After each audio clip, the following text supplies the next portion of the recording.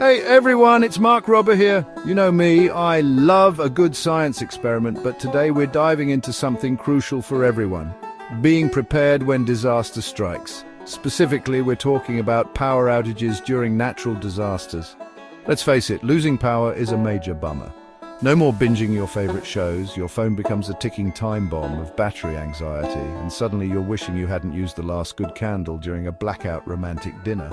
But seriously, it can go from inconvenient to dangerous really fast, especially if you're stuck at home. That's why Good World Facts and News channel reached out to me. He's on a mission to help you guys be ready for anything. And today we're breaking down the essential items you need to weather the storm, keep your sanity, and stay safe when the lights go out. Alright, first things first, you've got to be able to see what you're doing when the power goes out. Fumbling around in the dark is not only a recipe for stubbed toes and smashed picture frames, it can be downright dangerous. That's why a reliable flashlight is non-negotiable. And I'm not talking about that dusty old thing with corroded batteries in the back of your junk drawer. We're talking a tactical flashlight with multiple brightness settings, maybe even a strobe function for emergencies. Trust me, you'll thank me later. But hey, sometimes you need more than just a focused beam, right? That's where lanterns come in. A good lantern can illuminate an entire room, making it perfect for family meals, card games, or just maintaining a sense of normalcy when the world outside feels anything but normal. Okay, let's talk sustenance. When disaster strikes, your local grocery store might be closed, or worse, completely cleaned out. That's why having a stash of non-perishable food and water is critical. Think canned goods, protein bars, dried fruit, nuts, stuff that's got a long shelf life and doesn't require cooking. And don't forget the can opener. Pro tip, keep a gallon of water per person per day on hand. You'll need it for drinking, cooking, and even basic hygiene. Remember, we're aiming for at least 72 hours of self-sufficiency here. That might seem like a lot, but trust me, when the unexpected happens, you'll be grateful you planned ahead. Chapter 3. First Aid, Be Your Own Hero. Accidents happen, especially during emergencies. That's why having a well-stocked first aid kit is non-negotiable. And I'm not talking about a couple of band-aids and some aspirin. We're talking the real deal.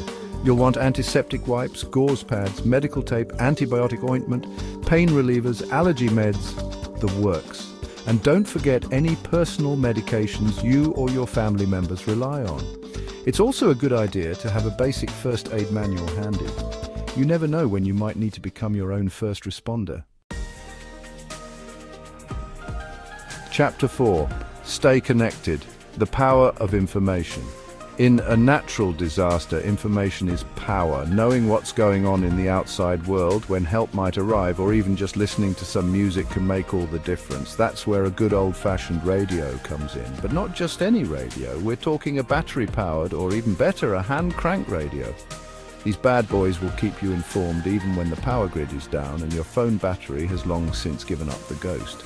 Plus, listening to music or news broadcasts can provide a much-needed sense of normalcy and connection to the outside world. Chapter 5. Juice up your life batteries and power banks. Let's face it, in this day and age, we're completely reliant on our electronic devices.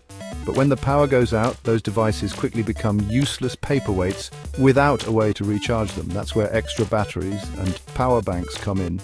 Make sure you've got plenty of batteries on hand for your flashlights, lanterns and radios. And don't forget about your phone. A portable power bank can be a lifesaver, allowing you to stay connected with loved ones and access important information. Trust me, having a way to power your devices can make all the difference in an emergency. Outro. Stay charged up and stay safe. So there you have it, folks. Debo's essential tips for surviving a power outage during a natural disaster. Remember, a little preparation goes a long way. By having these items on hand, you'll be able to weather the storm in comfort and safety. Thanks for watching. Make sure to like and subscribe for more useful tips. And be sure to check out Debo's channel for even more awesome content.